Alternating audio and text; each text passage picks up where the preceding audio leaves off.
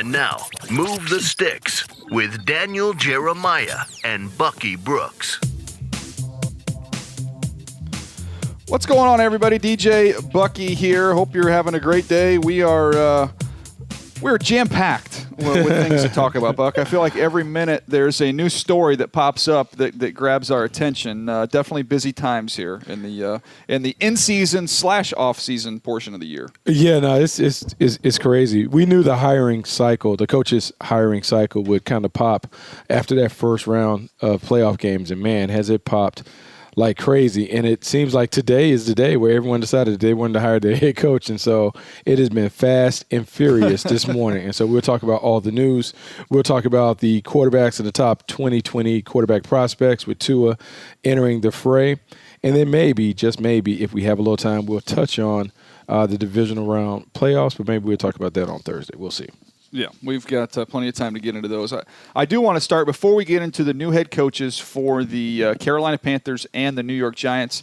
How about the Cleveland Browns, Buck? We talked about it yesterday about Jim Schwartz potentially being a fit there, and news comes out last night. Their request to get an interview with Jim Schwartz. You think they talk to him. Now we just need him to talk to Coach Caldwell. So I don't know. I'm not saying they're listening. I'm just saying that there's a coincidence. You think they might be listening? We brought this up and it happened. Yeah, someone in the building might be listening to the podcast. Maybe. One thing happened, another thing happened. So, yeah. DJ, they're really running out of names based on what Jim Haslam had said that he wanted for this coach. He wanted an experienced coach, a guy who had kind of done it in the National Football League, so he's kind of done the song and dance. And so when you look at the available candidates, I mean, you have Josh McDaniels. Jim Schwartz has emerged as one. We talked about Jim Caldwell, but, I mean, who else is out there? I mean, I can't imagine Marvin Lewis kind of being in the fray. Like, if you're the Cleveland Browns and you want an experienced coach, I mean, your pool is really, really thin. The good thing is everyone else has kind of filled up the dance card. Like, everybody else is kind of in position to take those jobs. And so they have everything. Taking time now. Yeah, but the only thing about it is the longer that you wait when you're the Browns, man, it's hard to get the assistant coaches. And that ultimately can undermine whatever your head coach wants to do. So they kind of need to make the decision quickly so they can get the best assistants that they can to kind of build a complete staff. But it is about getting it right. And as you pointed out on the pod yesterday with Jim Schwartz, look, Jim Schwartz does have a good mix of, look, he has the football background. He has the analytics that he's all about. Look, he's a Georgetown graduate. He has used numbers and data to kind of help him when it comes to being a head coach and also as a defensive coordinator. I think he's probably wiser and smarter going into it the second time around based on his experience with the Detroit Lions. He took over and inherited a tough job in Detroit, got them to a level where they played at a playoff level, had the young quarterback that he kind of shepherded and helped him grow into being a franchise quarterback. So there are definitely some positives when it comes there. I think the big thing, whoever takes this job with the personalities that are in that locker room, you got to have a strong personality. And you have to be able to kind of set the line very, very clear in the sand. And you have to be able to then, if they step over the line, you then have to make sure that there are consequences to those actions. Before we can think about play caller and all that other stuff, the guy who is in charge in Cleveland, he has to be a leader. He has to have a clear vision, and he has to be able to set the standard and expectations for how his players are going to play and perform on and off the field. No doubt. And one thing somebody brought up to me after listening to the episode, which I didn't even make this connection, Buck. I don't know how I didn't pull this together, but Jimmy Haslam, most people know, is a Nashville guy. His brother was the governor, is the governor in Tennessee, and you've got Jim Schwartz, who, obviously his reputation was earned as a defensive coordinator there with the Tennessee Titans. So I don't know if there's a relationship between him and the Haslams, but there is a Tennessee connection there between them. Yeah, I do wonder what that connection is like and where they're connected and how they kind of come to be. But, the only thing that troubles me about the Cleveland Browns is the constant turnover and the instability. And so I believe this is one where Schwartz and his representatives, you have to almost make the deal like an ironclad deal where it is so much money to buy it is so prohibitive that you have an opportunity to really put your plan in place, at least see it through 3 years before they can pull the plug and think about doing something else. I think that's the big thing. If I'm in play for the Cleveland Brown job, I want them to be very vested in what the vision is and to give me the opportunity to see it through. I don't know if anyone previously has really gotten the opportunity to see their plan through to a reasonable term, to be able to say, hey, you know what, this plan doesn't necessarily work. It's just hard to do a turnaround in a year or two. No doubt. I think it's going to be very interesting to see what they do. You brought up a great point, though, with the assistant coaches. They, that does put a little urgency there to get this done so you don't lose out on all the top assistants as they're all trying to play musical chairs there. I want to get to these 2 new hires here in a second, Buck, but one other point, I was just thinking about this, draft related. When you look at what we talked about yesterday, and we talked about the Detroit Lions, potentially that number 3 pick being a trade pick. When you look at the quarterback-needy teams being 5, 6, and 7, right? That's 5 the Miami Dolphins, 6 the Los Angeles Chargers, 7 the Carolina Panthers, who now have their new head coach, Matt Rhule, which we'll get to in a second. But I started thinking there, the Lions would have an interesting decision to make because they've stuck with Matt Patricia and Bob Quinn. Which makes me believe like there's pressure on them to win right now. Mm-hmm. But if you took a big picture look at it and said, you know what, if we took Tua, maybe we're going to endure a down year here. Maybe Tua doesn't play this year. We take Tua. You put Matthew Stafford on the block, you would fetch a king's ransom for him if you decided we want to let's take a little bit of a longer-term look at this thing. I'm not saying I would do that. I think Matthew Stafford's more talented than Tua, but I'm just saying those are discussions. I think people, don't always understand this. The smart thing to do if you're running an organization is to vet out all these possibilities. What does it look like if we do this? What would be available to us? What could we do with these resources we would accumulate? When you take that money off the books, you get a cheaper rookie deal for 5 years, allows you to build up the rest of your roster, and you get a haul of picks. I'm not saying I would do it, Buck, but I'm saying that's an exercise I think the Detroit Lions need to go through before we get to April. Hey, look, man, that's an excellent exercise. Remember last year, DJ draft time, there were some rumblings and some conversations that maybe they would kick the tires on a quarterback in the top 10 when they took TJ Hawkinson, that maybe if there was a quarterback there, just maybe they would explore the possibility of bringing one in. Not necessarily because they have fallen out of favor with Matthew Stafford, but look, he's an older quarterback. It is better to get a young replacement or successor early than late. Now you're at really what we call, you're at prime. You're in prime territory now. You're in the top 5. You're sitting at number 3. You know there are 4 teams behind you that need a quarterback. You also have something that you can offer in terms of a legitimate franchise quarterback. And so there are a couple of ways that they could go. They could pawn off the pick so someone could jump up and maybe take Tua or one of the quarterbacks that they deem to be their guy. They could hold on to 3 and trade out Matthew Stafford like you suggested. And, man, I would have to think that Matthew Stafford would bring back at a minimum 2 ones, right? At a minimum, you have to be talking about 2 ones and a possible, right? Here's my question. Here's my question, and I'm just pulling this out of the sky here because I'm going to ask you to be the general manager and see if you would do this.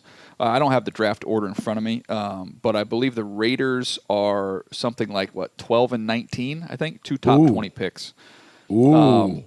If you're John Gruden, if you're Mike Mayock and John Gruden, I would. First of all, I don't think that would even be enough.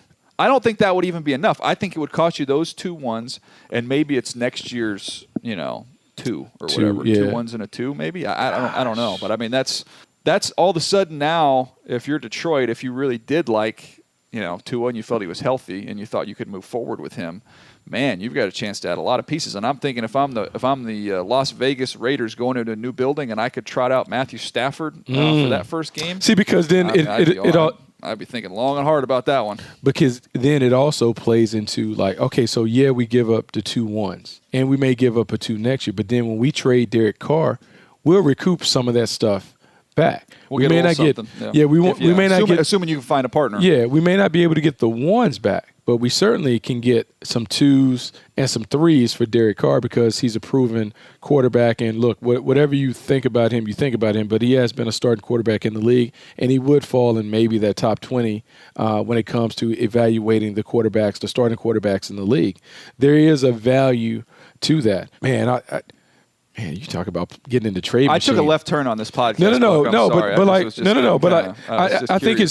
I think it's interesting, and I also think it's interesting as we continue to talk about these new head coaches, right? Because some of these head coaches are going to inherit quarterback situations that they may or may not like, and so then you have to make a decision. If I'm starting off my tenure, do I want to even start off? Like if I'm Matt Rhule, do I want to start off with Cam Newton for another year before I really get a chance to jumpstart the rebuild? You know, like some of those things. So all of these guys have to do it. But I think this Matthew Stafford, Detroit Lions number 3 pick situation is something that I'm sure we'll have to discuss on multiple times because as the draft gets closer, I think it will heat up conversations about that pick and potentially about their franchise quarterback. Well, I want to jump into Matt Rhule here and talk about that and the decision he has to make. Now, a lot of people are, talking about his success at the collegiate level. I've seen people comparing him. We've seen Chip Kelly, Steve Spurrier, these different people try and make this jump, mixed results. And we need to remind people, look, he has some NFL experience, and he has some NFL experience under a guy who's won some Super Bowls in Tom Coughlin. And we had a chance to talk to Matt Rhule about some of the things he learned under Coach Coughlin. We'll play a little snippet of that right here. He spent so much time with the players one-on-one. And there's always kind of this thing out there about Coach Coughlin, like, he was a drill sergeant.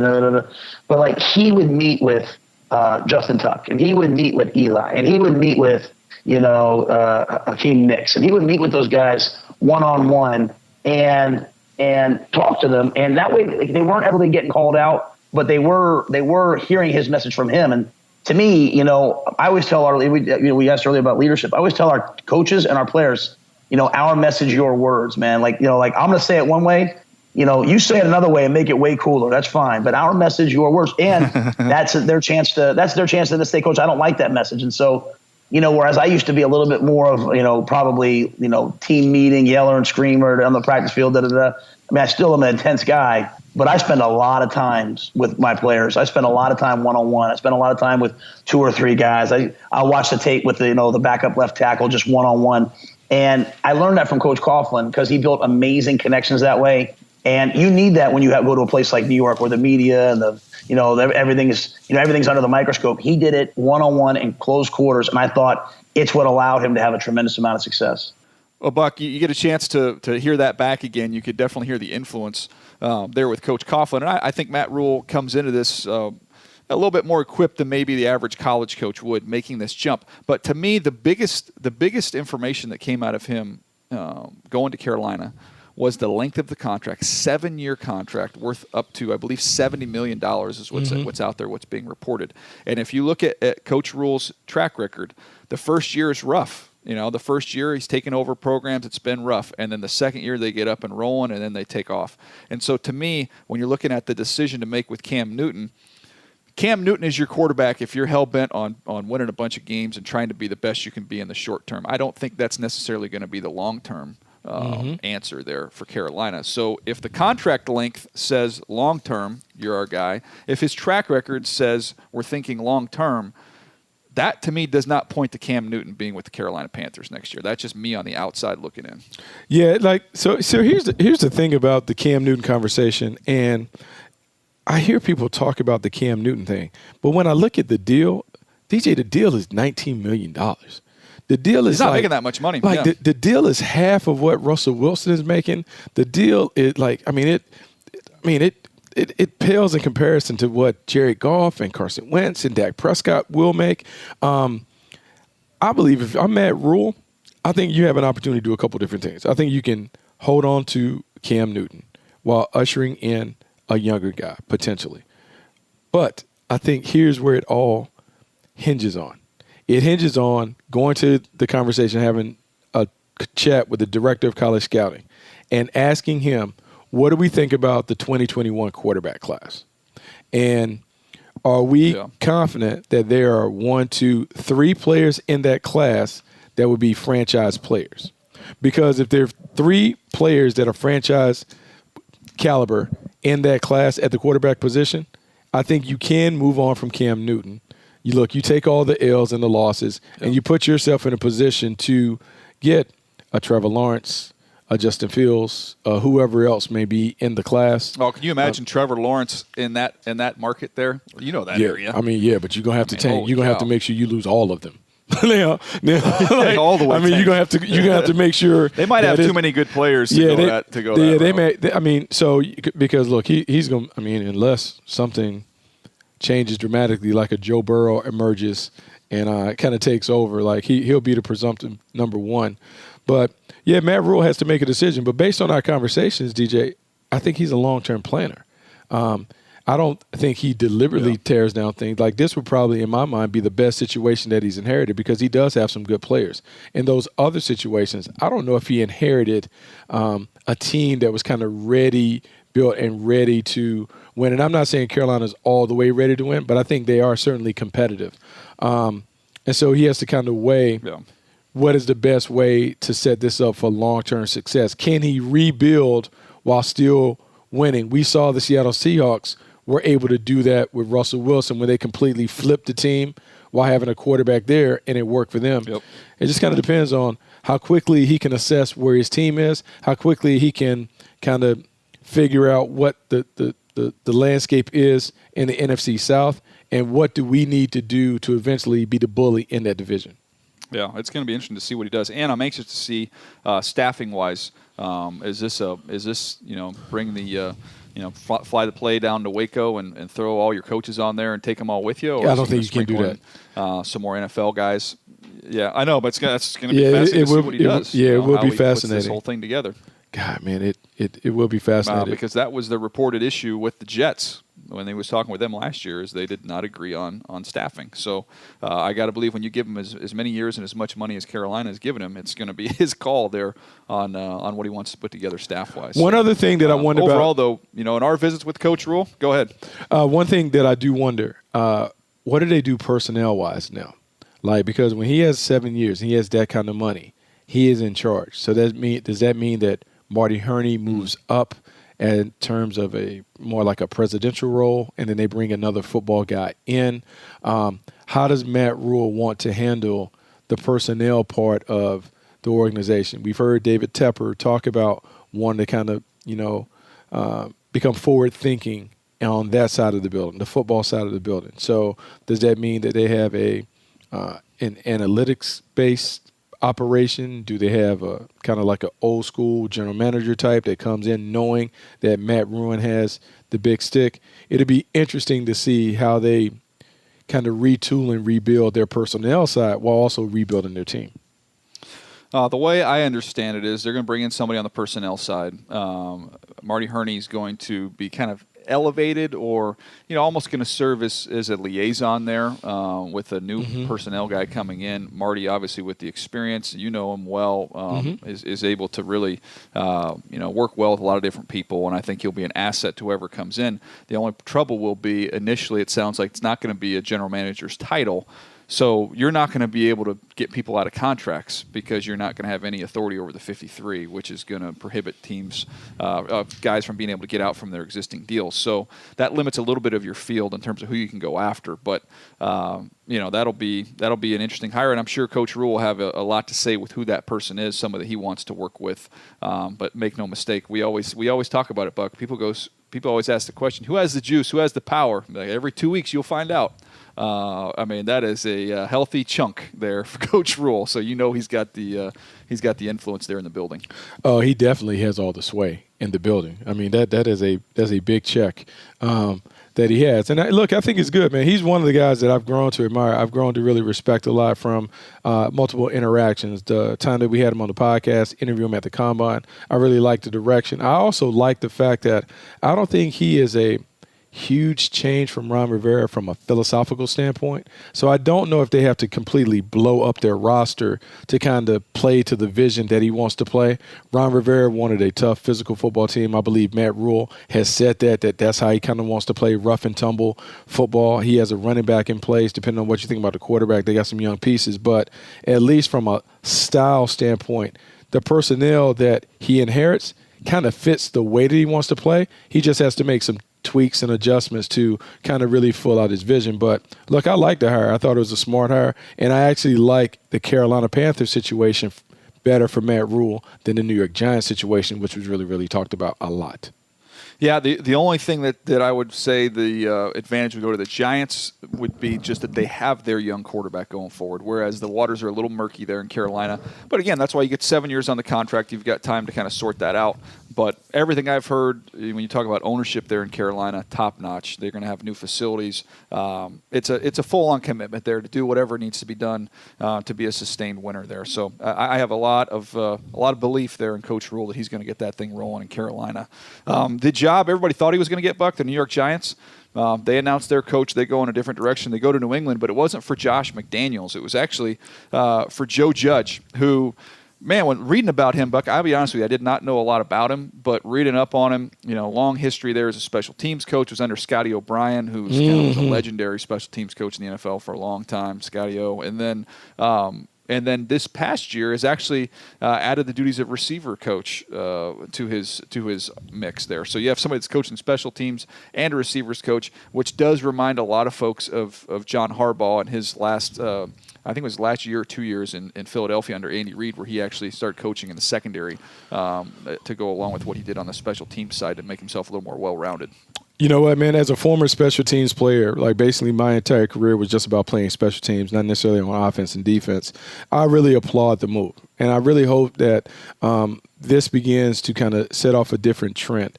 I believe special teams coaches have been overlooked as viable head coaching candidates, and I believe what special team coaches can offer that an offensive coordinator and a defensive coordinator can't offer is that they are comfortable standing in front of the entire room because they coach guys from both phases. They are the ones who not only have to coach guys from both sides of the ball, but they also have to instruct the coaches. Because we've seen it at practice, DJ. When you're the special teams coach, the special team coach will have the wide receiver coach working with the gunners on releases. He'll have the DB coach working with the vice guys. He'll have the linebacker coaches and those guys working with the hold-up guys. And he'll have maybe the running backs coach working with the returners. And so just in watching them manage a practice, we see their management skills in terms of being able to delegate responsibilities to the staff, being able to tie it all together. And then on game day, I think they are well prepared to be game managers, understanding clock and situation, understanding what we want to do. I think they have to think about the game as a head coach before they're tasked with the responsibility of being the head coach. I don't know much about Joe Judge, but I will say this, just from what he's been given from a responsibility standpoint during his time in New England, I think he should be well prepared to be the leader. Now, we'll see if it plays out, but I'm glad that they finally tapped into the special teams coach market because I believe it is one of the I think you can find hidden gems in that coaching carousel when you go to the special teams coaches because there are a lot of good guys who understand a lot more about the game than just play calling. I think they're better prepared to be head coaches. All right, Buck, 2 questions. Over the last 20 years, best coach in college football is who? Well, I mean, you can say Urban Meyer and you say Nick Saban, but I would say Urban Meyer. Who's won 6? Who's won 6? Nick Saban who's won has won 6 national championships. Nick Saban has won a ton. Who's won 6? He's won. I mean, okay. Nick Saban has Who's won the ton. most Super Bowls? Who's the best NFL coach over the last 20 years? Bill Belichick.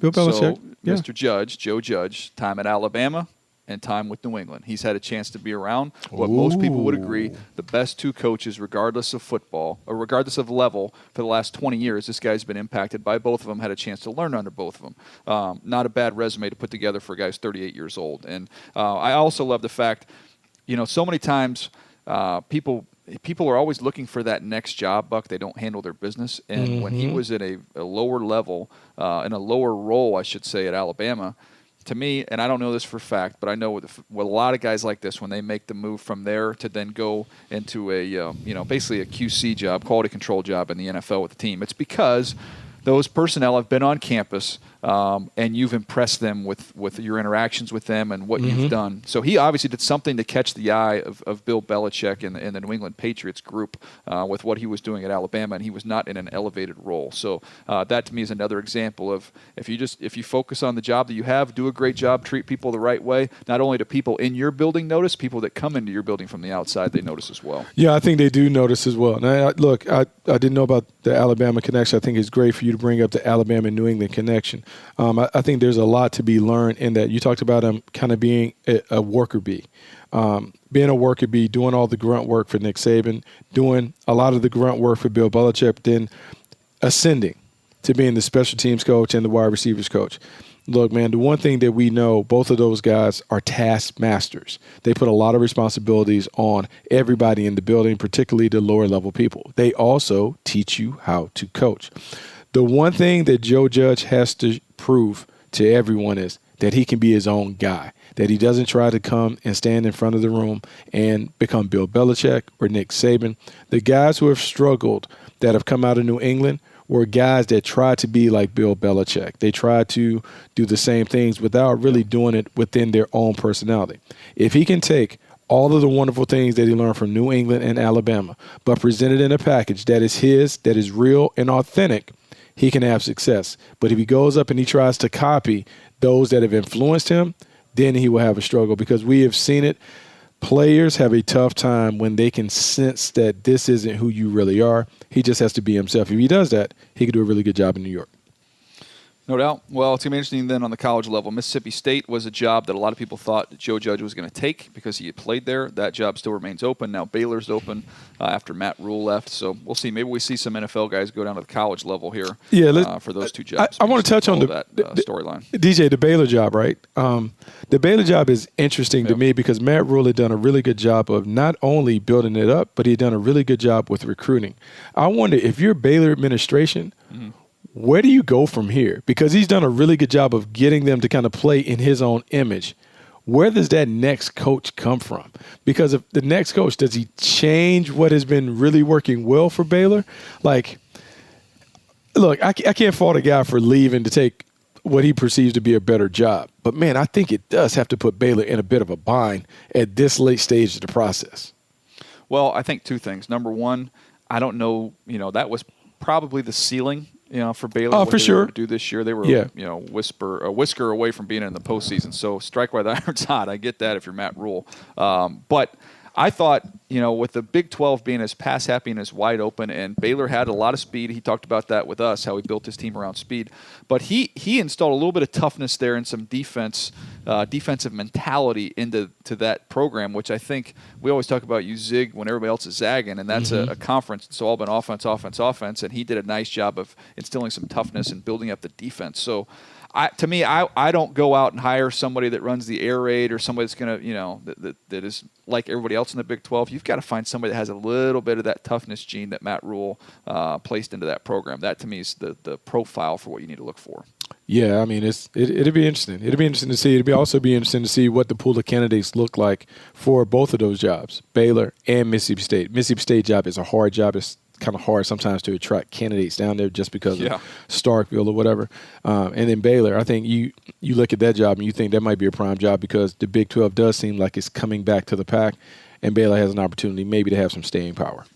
Can we make an executive decision here, Buck? I know we were talking about previewing some of these playoff games for the weekend, but we have another show coming up on Thursday. Can we punt that to Thursday and we talk about some of these? I think we should. Yeah, let's punt on that. Let's talk about some of these kids that are entering the draft, some of the quarterbacks and stuff. I know you wanted to touch on the quarterbacks, so why don't you take us off right there? Well, look, man, like just starting with Tua, I think what's fascinating about this quarterback class, DJ, I still think that it's kind of like the big 2+1, right? So we'll lump these guys as the top three, Tua, Joe Burrow, and Justin Herbert. And I think everyone will say that, look, Joe Burrow and Tua may have some separation from Justin Herbert. When you think about Tua, I think the thing that is fascinating to me about Tua is, look, the injury history is what it is. He has had a series of ankles. He had a knee. He's had the hip. But when you look at the talent, I think the talent is undeniable. I think if I had to rank these three in terms of just pure talent, I think he's the most talented of them all.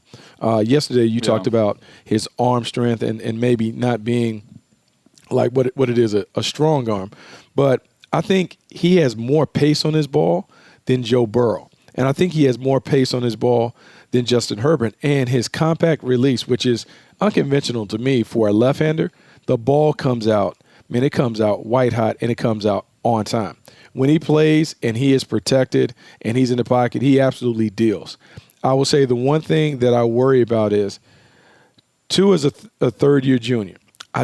Game experience-wise, though, because of the injuries and because of how he kind of earned the job kind of late, not even really that freshman year, but like sophomore year, he doesn't have a lot of game experience, like the kind of game experience that leads you to believe like, oh, okay, I know exactly what I'm getting from him. But I do believe the ceiling is high if healthy. I do believe he has some of that Drew Brees in his game in terms of how he can play it. I know there'd be some comparisons to Russell Wilson. I don't know if he moves like Russell in terms of like how smooth he is, how explosive he is. Stronger too. With that, I think he at his best is a guy that maybe can grow and become a Drew Brees-like player that can deal from the pocket. Yeah, I really like him, man. I do, and I know there's some people that are split on him, but I just watch. I've gotten big into this just urgency and twitch and suddenness in the pocket. It's just kind of been my thing I've been looking at over the last 5 years when you look at guys that have really been successful. He's got that. He's got that twitch. Now, the hip, hopefully he can get back to what he was. That's an unknown. I don't know how to speak on that, not a doctor. So you have to rely on the medical people for that. But I went through the checklist the other day. To me, the quarterback checklist, he's pretty darn impressive in all those areas. Accuracy, poise, decision-making, leadership, work ethic, playmaking ability. Those are all kind of the key things I look for at the position, and he checks all those boxes. Now, he's not the biggest guy in the world, but we've seen that kind of that stigma kind of go by the wayside here the last couple years. So I don't know. I really, really like him, Buck. I think he's going to be a very efficient, effective passer. I know the knocks on him. People, he just throws slants all day long. Well, turn on some NFL football and watch what they're doing right now because it's a lot of the same stuff. Make a quick decision, get the ball out of your hands, be very accurate with the football, and that's what he is. He is not going to wow you with Pat Mahomes, Josh Allen type, arm talent, arm strength, whatever you want to call it. He doesn't have that type of power, but he's going to slice and dice you 10, 15 yards at a time. Yeah, and I think that's why, like, when I look at him, I see him playing in a Sean Payton type offense where Drew Brees has really been great and masterful at the 10 and under game, really working the intermediate part of the game. And really, that's really where most of the people kind of butter their bread, being able to efficiently carve up defenses. I believe he is well suited to be able to do that. And so that brings me to Joe Burrow, because I think this year Joe Burrow has also shown similar traits in terms of being able to carve up defenses, working horizontally and also vertically. I think his ability, I kind of wrote in my notes when I was studying him, man, he is the master of the RPO game. I don't know if I've seen a quarterback that gets it as well as he gets it, maybe since Deshaun, because I feel like Deshaun Watson really understood the RPO game in terms of really playing the manipulation game with that hang defender. I think Joe Burrow really understands that really, really well. I think he is athletic enough to also utilize his legs to be a factor on the zone read RPO game where he can kind of pull it 3, 4, 5 times a game and make some plays. You and I have talked privately about, man, his poise and how cool and calm he is within the pocket.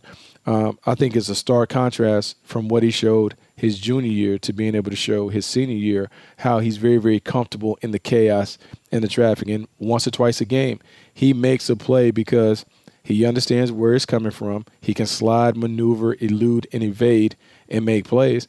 And then, look, he's deadly accurate. And so all of those things really come out. I think the thing that kind of makes me pause just a little bit is just because it is such a drastic jump from one year to the next that it's just scary as an evaluator to kind of wonder what is he going to get? And until you're able to really talk to the coaches down there and to get a sense of, well, what happened from junior to senior year, how big of an influence was Joe Brady bringing in some offensive concepts that really helped him, how much of it was Joe Burrow really developing and kind of doing all the dirty work to become a great player. And I think once you kind of get all of that and you can kind of swish it around and kind of figure out what to make of it and what will continue to happen going forward, then I think you can put an accurate assessment or a solid evaluation. To me, it's still TBD. I know he's really good. I just don't know where I would put him in terms of like that final grade. Yeah, he's going to beat you with his anticipation. He's going to beat you with his awareness. He's not going to beat you with his arm. Like that's how he's going to play. And we've seen guys be very successful playing that way. It's just, I think we've seen, you look at Carson Wentz, I mentioned, you see Josh Allen, you see Patrick Mahomes, and even I would say Deshaun has a much stronger arm than Joe Burrow. These guys can wait a little bit. Joe Burrow is not going to wait, which means he's going to have to be comfortable in the system. Put him in the right system where he can be comfortable, and he knows where guys are going to be, and then he will beat you with anticipation, timing, and touch. That's just the way he plays. But I'm also, when I look at these top two guys, Buck, everything I've heard, the competitiveness that they bring, the leadership, that kind of alpha mentality that we talk about, that's who these guys are, both these guys. And they come in and they change the temperature of the room a little bit with their leadership style and presence. And that to me is, it's not underrated, man. I mean, it's not overrated. That is a real deal. And you talk to people around the league and you talk about what they want at that position. They want that guy to have that it factor, whatever you want to call it. Both of these guys have it, and they have it in spades. It's funny because on the Elite 11 tour, we call those guys that change the temperature in the room, we call them thermostat leaders. Guys that when they step in, it changes. Yep. Like it gets a little warmer, it gets a little hotter because they create the pressure in the environment that enables guys to play at a higher level. And I can speak really about Tua, having known Tua, having coached him in high school. I can tell you unequivocally, he's one of the best leaders I've ever been around in terms of watching him lead in his own way and getting guys to kind of fall in line. Great leader, great person, does all those things. In terms of what I've heard from people that have been around the LSU program and even at Ohio State about Joe Burrow, he also is that guy. Ultra competitive, great worker. When you look at the interactions, you and I have talked about how big it is to go to games and watch how teammates respond to the quarterback and where does the quarterback go in between breaks. Does he go and hang with the fellas? Is he by himself? Do you see him interact and engage? The love that LSU has for Joe Burrow, the love that his teammates, the genuine affection that you see them display towards him after he wins awards or after he does great things on the field. To me, that's real, and that matters a lot. And so I am more likely to believe that he can continue to carry those connections to the next level. But with both of these guys, I do believe system matters for both of them. They need to play in the right system to enhance what they do. And I think, look, it shouldn't be a big concern because we've seen the league has been more willing to bend to the young quarterback. And I think it's just very, very important that whoever inherits or takes these guys, they have a clear plan in place to really play these guys the way that they've played in college so they can replicate that success as pros. All right, last one here, Justin Herbert. And talking to somebody in the league the other day, they brought up a great point with him. A lot of people were kind of set in their ways on Herbert, coming down the stretch. The last two games changed some things. And the reason was they finally cut him loose and let him run, called some design runs. And now people are saying, okay, we can expand our playbook a little bit with his ability and his athleticism. They just didn't have him do it, which was baffling to me. I mean, they won the Rose Bowl, had a great year at Oregon, but man, he's a big, sturdy guy. He could have taken some more punishment there. He could have absorbed that as a rusher and could have been more explosive and dynamic as a player because he's a phenomenal athlete. They just didn't ask him to do it. But him showing that he could do that over the last couple weeks, I think it's caused people to go back and reevaluate a little bit because I think a lot of people were kind of, I like him, I don't love him. I think he did really help himself at the end of the year with what he did with his legs. DJ, in the middle of the Rose Bowl, I said that the Rose Bowl performance and the last two performances would impact Justin Herbert more than any other player. And part of it was because we've seen him do things that we hadn't saw him do. We didn't watch him do the entire year. Now, in talking to the Oregon people, they didn't have a backup quarterback that they trusted.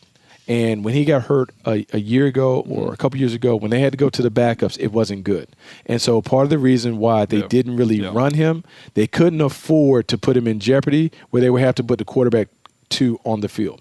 And so what we saw is, well, now when you reach the Pac-12 title game, all bets are off. We're trying to win the championship. When you get to the Rose Bowl, it's go time. And I think because of the way that he played in go time, to me, I was like, oh, okay. I could see him doing some things. In the Rose Bowl, look, man, he was at about 50% completion rate. But the toughness that he displayed, the athleticism that he displayed, the leadership that he displayed, to me, earned him far more points than he would have earned if he was 26 for 28 for 400 yards. I just believe that some people will look at the success that Drew Lock had and say, you know, if we put him in the same kind of system that Shanahan, Kubiak, stretch boot, play action, get on the edge, simple reads, but utilizing the athleticism that he displays, I absolutely believe that Justin Herbert could be a frontline starter and can have success. I just believe with all of them, but even maybe him more than the other two, system fit is very important for Justin Herbert. And I'll throw another bonus thing. It's not only system fit, I would say coach's temperament. I don't know, and don't ask me where I get this from, I don't know if he can have a hard, gruff, in-him coach to lead him. And I don't know where that comes from, but my observation is I want someone that can nurture him and kind of bring out that thing because he's already introverted. I want him to be very, very comfortable in his skin and lead in his own way. Well, that's a good point. Did you see this, by the way? Did you see the video of him looking at the video of Joey Harrington? Did you see that? Yes, I did see that.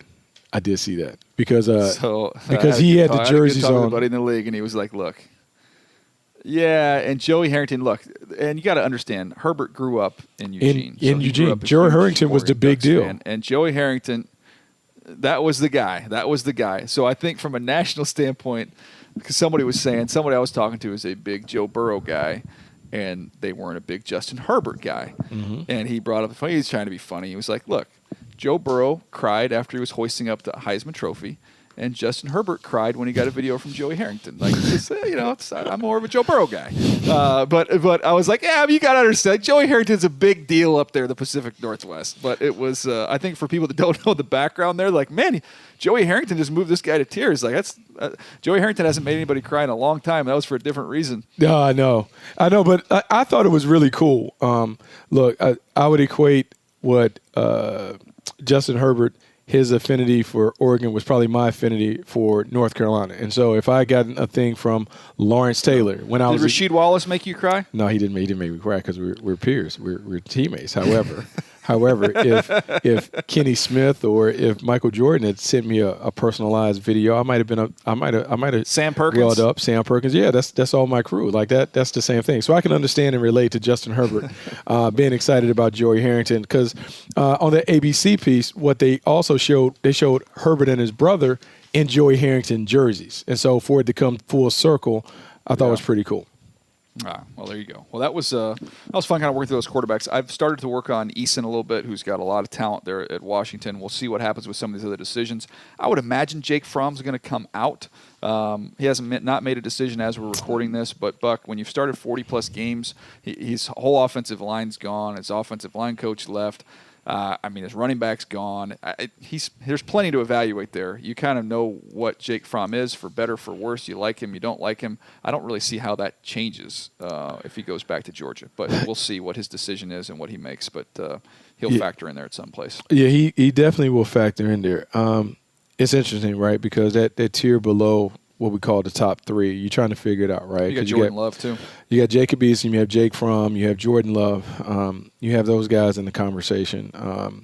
You just kind of wonder where he fits. I don't know what the ceiling is, like how high that ceiling is for Jake Fromm, and I don't know if he would benefit from going back.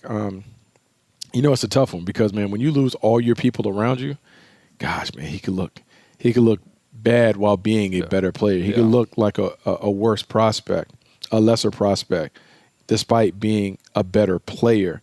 and it just doesn't show up because he doesn't have the weapons around him. All right, Buck. Let's wrap this thing up, man. We're gonna get to these playoff games on our next episode. We'll preview those. Plenty of time to do that. But I did have a lot of fun today talking about these coaches, the decisions that have been made for the Carolina Panthers and the New York Giants. They have their guys going forward, as well as talking about these college quarterbacks. Fun episode today, bud. No, a lot of fun, man. I'm looking forward to really digging down. We talk about keeping the main thing. Now that the calendar is flipping, we're beginning to fast forward quickly to the draft. Should be a lot of fun to talk about these prospects. I think this is a very, very good class, one that has a lot of sex appeal for the fans. There you go. Fun episode today. Hope you guys enjoyed it. Thanks to Nabil for producing this bad boy. We'll be back with another episode where, again, we'll preview the playoff games this upcoming weekend. Thanks for listening to Move the Sticks. We'll see you next time.